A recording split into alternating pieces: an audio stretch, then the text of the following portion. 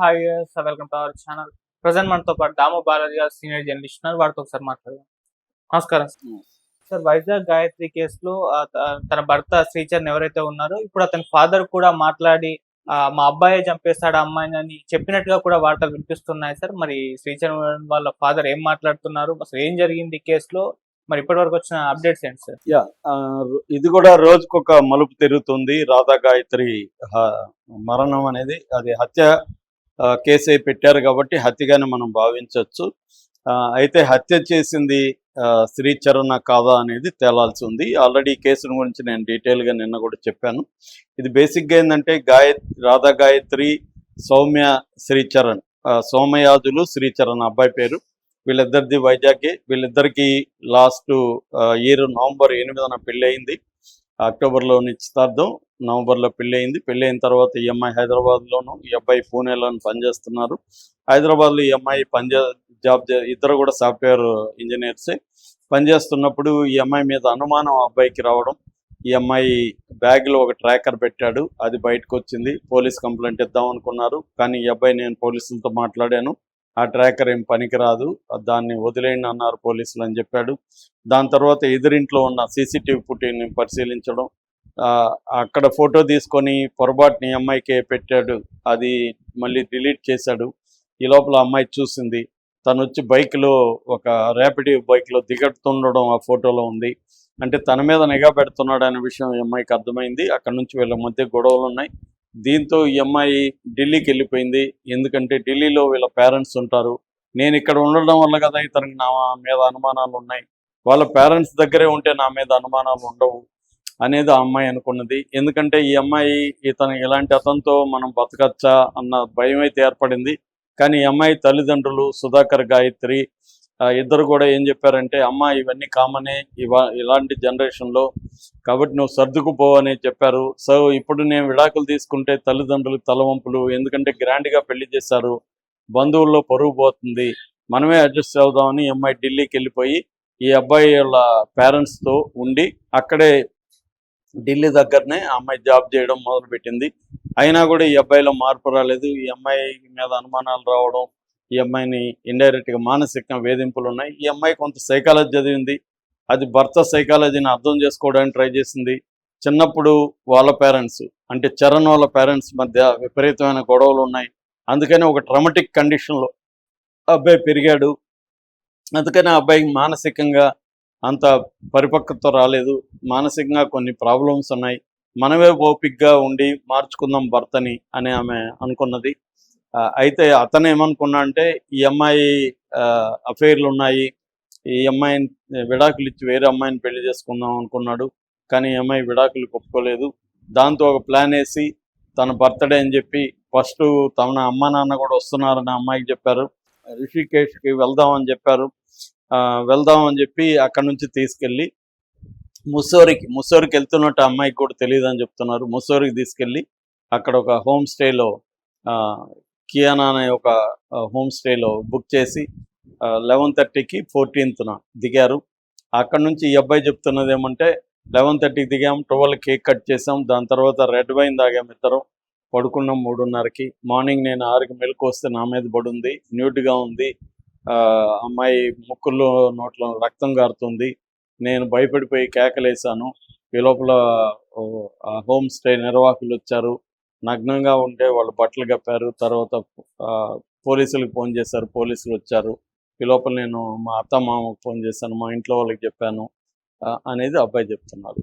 So ఏదేమైనా 7:30కి morning పోలీసులు వచ్చారు. అక్కడ అంబులెన్స్లో ఉన్న ఫార్మసిస్ట్ ఈ అమ్మాయిని చెక్ చేసి చనిపోయిందని చెప్పాడు. దాంతో వీళ్ళు అక్కడ కరోనేషన్ హాస్పిటల్ అనే డెహ్రాడూన్లో ఉంటే అక్కడికి తీసుకెళ్ళి పోస్ట్ మార్టం చేశారు. పోస్ట్ మార్టంలో ఎక్స్టర్నల్ వూండ్స్ కానీ ఎక్స్టర్నల్ ఇంజురీస్ కానీ ఏమీ లేవు. అయితే ఆ అమ్మాయి ఎలా చనిపోయింది అనే దానికి ఇప్పుడు టాక్సికాలజీ రిపోర్ట్ రావాలి, అలాగే ఫోరెన్సిక్ సైన్స్ ల్యాబ్ నుంచి రిపోర్ట్ రావాలి. ఈ రెండు వస్తే కాజ్ ఆఫ్ డెత్ అనేది తెలుస్తుంది. దాన్ని బట్టి ఈ అబ్బాయి చంపాడా లేదో తెలుస్తుంది. ఈ లోపల ఈ అమ్మాయి తల్లిదండ్రులు ఎప్పుడైతే ఆరోపణలు చేశాడో, ఈ అమ్మాయి కర్మ కూడా ఈ అబ్బాయి అక్కడ చనిపోయినప్పుడు బాడీ ఇక్కడ ఇచ్చారు వైజాగ్కి. ఈ అబ్బాయి వైజాగ్ వచ్చాడు, దానికి అటెండ్ అయ్యాడు లాస్ట్ రైట్స్కి. తర్వాత సింహాచలంలో ఒక రూమ్ తీసుకొని ఉన్నాడు.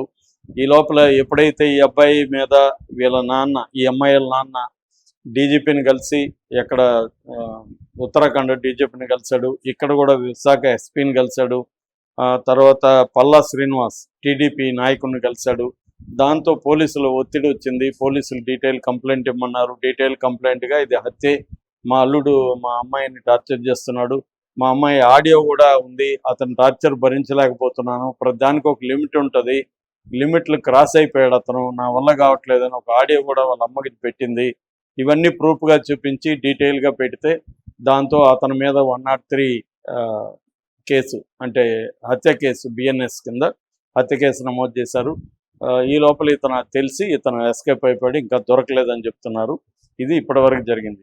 అయితే ఇప్పుడు ఈ అబ్బాయిల నాన్న మీడియా ముందుకు వచ్చాడు. అంతకుముందే ఈ అబ్బాయి కూడా మీడియాతో మాట్లాడాడు. ఈ అబ్బాయి ఏం చెప్తున్నాడు, నేను చంపలేదు, అమ్మాయికి బ్రెయిన్ స్ట్రోక్ వచ్చింది, ఆ అమ్మాయికి లో బీపీ ఉంది, దానివల్ల బ్రెయిన్ స్ట్రోక్ వచ్చింది, బ్రెయిన్ స్ట్రోక్ తను చనిపోయింది, పోస్ట్ మార్టం వస్తే డీటెయిల్గా అన్నీ తెలుస్తాయి, నేనైతే చంపలేదు, మా ఇద్దరి మధ్య బిగినింగ్ ఇష్యూస్ ఉన్నాయి, తర్వాత మీ ఇద్దరం సర్దుకున్నాము, బాగున్నాము, నా మీద నమ్మకం లేకపోతే అమ్మాయి ఎందుకు వస్తుంది ముత్సూరికి నాతో పాటు, కాబట్టి మేము హ్యాపీగా ఉన్నాము, నేను బాధలో ఉన్నాను అని ఆ అబ్బాయి మాట్లాడాడు. తర్వాత ఎస్కేప్ అయ్యాడు. ఇప్పుడు ఆ అబ్బాయిల నాన్న వచ్చాడు, దుర్గాప్రసాద్, ఆయన వాళ్ళ ఇంట్లోనే అమ్మాయి ఉంటుంది.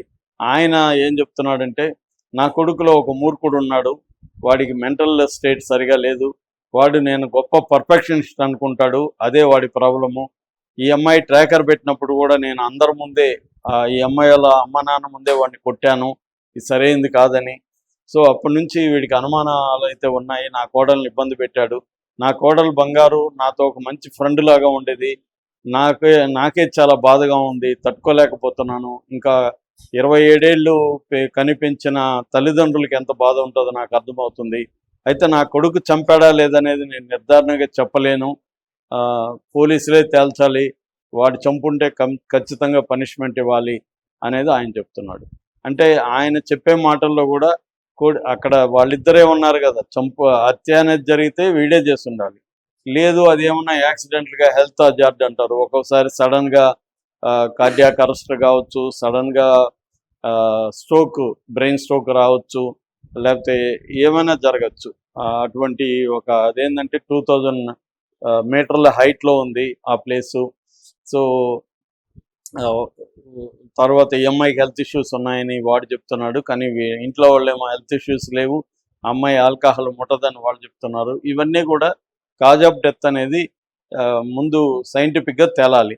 దాని తర్వాత సర్కమ్స్టాన్షియల్ ఎవిడెన్సెస్, అంటే ఈ అబ్బాయి చెప్పేది రెడ్ వైన్ అంటున్నాడు, రెడ్ వైన్ మేము అసలు ఇవ్వలేదని హోమ్ స్టే వాళ్ళు చెప్తున్నారు. అట్లాగే ఈ అబ్బాయి హెల్త్ బాగాలేదంటున్నాడు, అమ్మాయికి ఏమి హెల్త్ ఇష్యూస్ లేవని వాళ్ళు చెప్తున్నారు. ఇవన్నీ కూడా తేలాల్సి ఉంది. అట్లాగే వాళ్ళు ఫోన్ రికార్డ్స్ ఇవన్నీ కూడా తీసుకుంటారు. గతంలో ఈ అబ్బాయి అరెస్ట్ చేశాడు కాబట్టి ఈ అబ్బాయికి మైండ్ సెట్ ఉందా, ఇవన్నీ circumstantial evidence. Cause of death తెలియాలి. అంటే ఒకటేమంటే ఈ అమ్మాయికి ఏదో ఒక డ్రగ్ ఇచ్చేసి మొత్తలోకి వెళ్ళినాక ఈ అబ్బాయి దిండు పెట్టి అదిమి చంపేసి ఉంటాడు అనేది వాళ్ళ అమ్మ నాన్న ఆరోపిస్తున్నారు. అది తేలాలి. తేలినాక ఈ అబ్బాయి కన్ఫెషన్ ఏమన్నా అంటే ఈ అబ్బాయిని పట్టుకొని ఇంట్రాగేట్ చేస్తే కన్ఫెస్ అవ్వాలి. ఇప్పుడు వీళ్ళ నాన్న కూడా ఈ అబ్బాయిని అనుమానిస్తున్నట్టుగా ఇండైరెక్ట్గా కనబడుతుంది. మా వాడు ఒక మూర్ఖుడు, మెంటల్గా స్టేబుల్ కాదు అనేది చెప్తున్నాడంటే వాళ్ళ నాన్న కూడా కొడుక్కి